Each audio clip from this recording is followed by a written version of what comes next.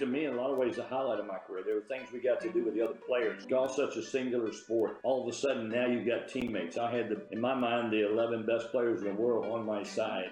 And it was an honor to represent my country. I loved every minute of Ryder Cup. The times, my wife, great partner. I played with Raymond O'Meara, team that won in Europe in '93 for Captain Tom Watson. So I was very fortunate. I had great friends and great players I got to be with. I am James, and this is Golf Relived. Nobody liked him. And even at 76 years old, he still does not care. Lanny Wadkins recently went public with his disgust about modern golf culture. He demanded repercussions for players who left for LIV Golf, fines, suspensions, something to punish what he saw as betrayal. Then came the 2023 Ryder Cup in Rome, and Wadkins was furious again.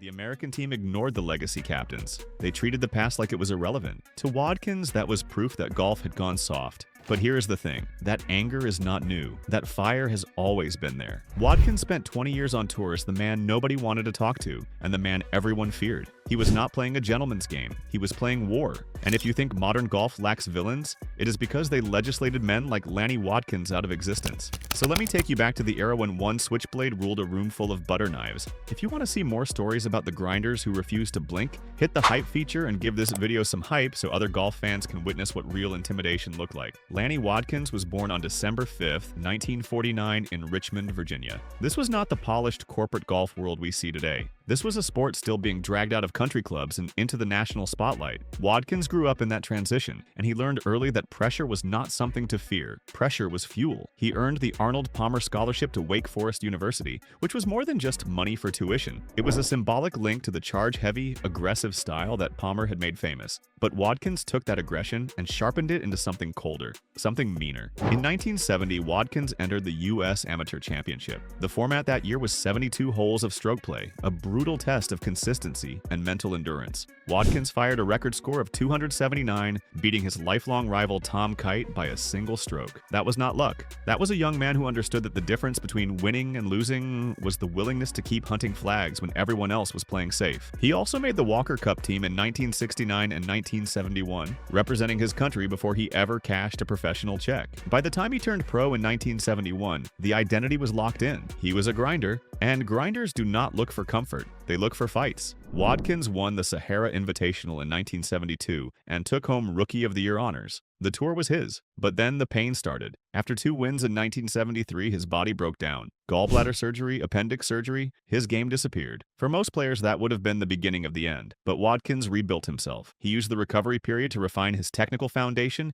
and harden his mental edge. When he came back, he was not just healthy, he was meaner. And that is when the rest of the tour realized they had a problem. The weapon that made Wadkins truly dangerous was something his peers called the needle. It was psychological warfare, plain and simple. Wadkins avoided small talk about swing coaches or families. He believed that friendly conversation softened competition, and he was not interested in softening anything. He wanted to bury you. The needle worked like this. Wadkins would tell you exactly how he was going to beat you. Then he would do it. And watching him execute what he had just promised created a sense of inevitability that broke people. It was not just the shot. It was the fact that he announced it first. Like a boxer calling the round, he would knock you out. That kind of confidence, backed by skill, induces mental fatigue. It creates doubt. And doubt is death in golf. Being paired with Wadkins meant 18 holes of relentless psychological pressure. He did not care if you liked him. He did not care if you respected him. He cared about winning, and he understood that fear was a tactical advantage. Other players might have used charm or mathematics to navigate around. Wadkins used fire.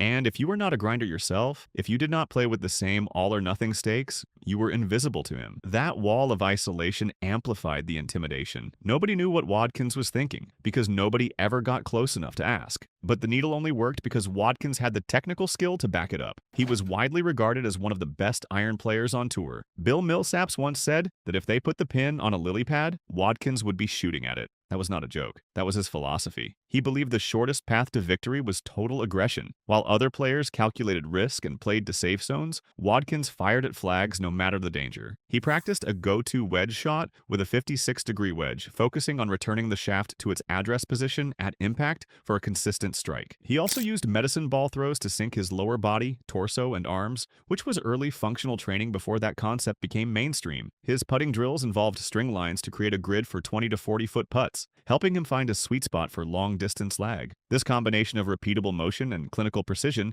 allowed him to play fast and attack hard without losing control. And when the moment demanded it, Wadkins delivered. At the 1983 Ryder Cup, he hit a 70-yard wedge shot that landed 1 foot from the hole to secure a crucial half point. That is not luck. That is skill sharpened by thousands of hours of focused practice. The signature proof of Wadkins' ability to thrive under pressure came at the 1977 PGA Championship at Pebble Beach. Entering the final round, Wadkins was 6 shots behind the leader, Gene Littler. Most players would have accepted a top 10 finish and gone home. Wadkins saw an opportunity. He attacked the course with a speed that mirrored his own heartbeat. His front 9 was a thrill ride. He recorded 2 eagles, a statistical anomaly that immediately exerted pressure on the leaderboard. Meanwhile, Littler was collapsing. He made 5 bogeys in a 6-hole stretch on the back 9. Jack Nicklaus faltered with a bogey on the 17th, and Wadkins just kept coming. On the par 5 18th hole, Wadkins made birdie to post a final round 70 and set the clubhouse lead at 6 under par. Then he waited. When Littler failed to birdie the last, it forced a playoff. And not just any playoff. This was the first sudden death format in major championship history. The entire tournament came down to who could handle the pressure better. On the first playoff hole, Wadkins found the heavy rough. Most players would have panicked. Wadkins saved par with a 20-foot putt. Steel nerves. The gallery watched in stunned silence as the ball dropped. Littler matched him. The pressure mounted. On the second playoff hole, both players made par again. The tension was suffocating. Every shot carried the weight of an entire career. This was not just about a trophy. This was about proving that when the moment was binary, when everything came down to one swing, Wadkins was the man who would not break. On the third playoff hole, Wadkins chipped to within 5 feet. He made the par putt. Gene Littler missed. And just like that, Lanny Wadkins was a major champion. That victory changed everything. Wadkins went from being a non-exempt player to having a 10-year exemption. He could now command 6-figure appearance fees internationally. That financial independence meant he no longer needed to curry favor with tour officials or sponsors. He could stay isolated. He could remain the switchblade. And that distance only made him more feared because nobody could figure him out. Nobody could get inside his head because he never let anyone close enough to try. Wadkins treated the Ryder Cup like a blood sport. While other players saw it as an international celebration of golf, Wadkins saw it as a fight. His record was 20 wins, 11 losses,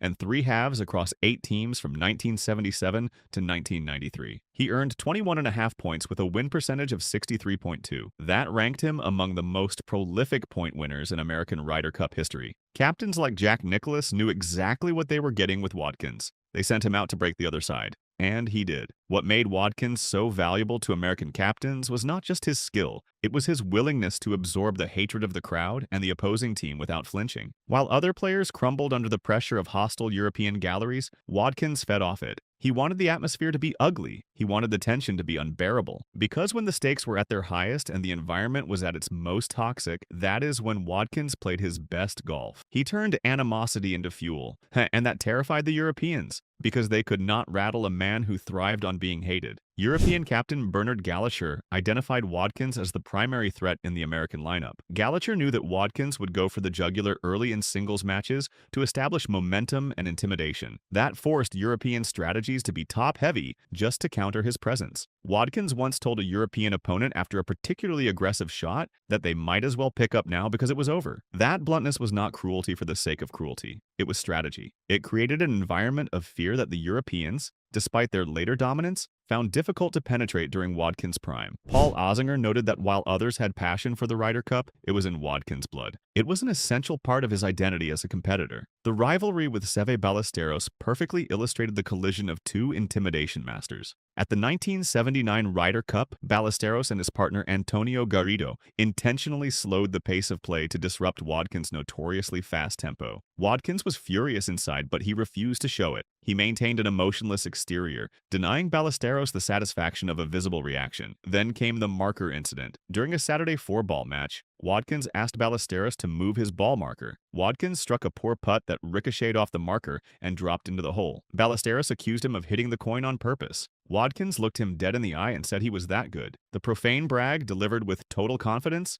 was pure Wadkins. He weaponized luck and used it to establish a dominant narrative, and it worked. Wadkins remains the only American to have consistently outplayed and outwitted Ballesteros in match play. Sev was a master of gamesmanship, but he met his match in Lanny Wadkins. In the 1980s, the PGA Tour Lounge was the social hub for players. It was where friendships formed, where swing tips were traded, where the culture of the tour took shape. Lanny Wadkins was a ghost in that space. He was rarely seen. He had very few close friends among his competitors. His bluntness was described as honest to the point of being cruel. If you were not a grinder, if you did not play with the same stakes he did, You were invisible to him. He did not want to know about your children. He did not want to hear about your swing coach. That knowledge might humanize you, and humanizing an opponent weakens your ability to bury them. This isolation was not an accident of personality. It was a calculated professional choice. By remaining an outsider, Wadkins maintained a level of mystery that amplified the fear his peers felt on the tee. Nobody knew what he was thinking. Nobody knew how to get under his skin, and that made him unpredictable, dangerous. The silence in the locker room when Wadkins walked in was not a symptom of status. It was a byproduct of intimidation. Everyone knew that if you crossed him, if you showed weakness, he would exploit it without hesitation. And in professional sports, the pursuit of being liked is often the enemy of being feared. Wadkins understood that better than anyone. He chose fear, he chose isolation, and he never looked back. That choice made him lonely, but it also made him unstoppable. Because while other players were worrying about what their peers thought of them,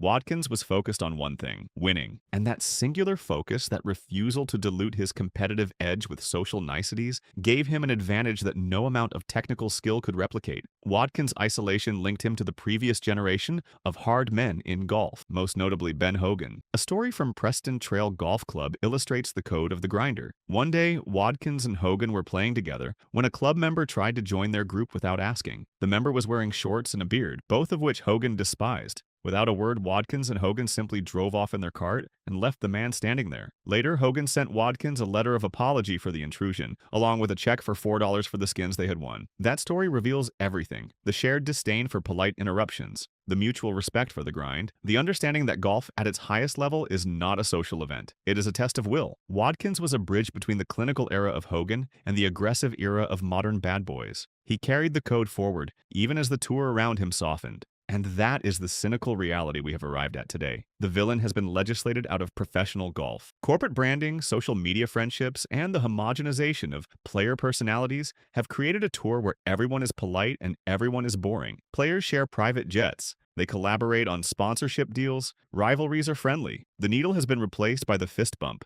Wadkins would find that world unrecognizable, and he has made that clear in recent years. When players left for LIV Golf, Wadkins called for repercussions, fines, suspensions. He viewed the departures as betrayal of the tour's support system, and when the 2023 American Ryder Cup team ignored the legacy captains in Rome, Wadkins was disappointed. To him, it was proof that the current generation had no respect for history, no respect for the grinders who built the foundation they were standing on. Modern golf is dominated by data-driven strategies, expected value calculations, and collaborative locker rooms. The grinder era was defined by competitive isolation, pin-hunting aggression, and psychological attrition. One era produced villains. The other produces brand ambassadors. Lanny Wadkins finished his career with 21 PGA Tour wins and one major championship. But his true legacy is not found in the trophy case. It is found in the silence he left behind in locker rooms across 2 decades. He was the golfer nobody talked to because nobody had the nerves to face the fire he brought to every pairing. For 20 years, he was the only man on the tee who did not blink. And while being liked may secure a brand deal, being feared secures trophies.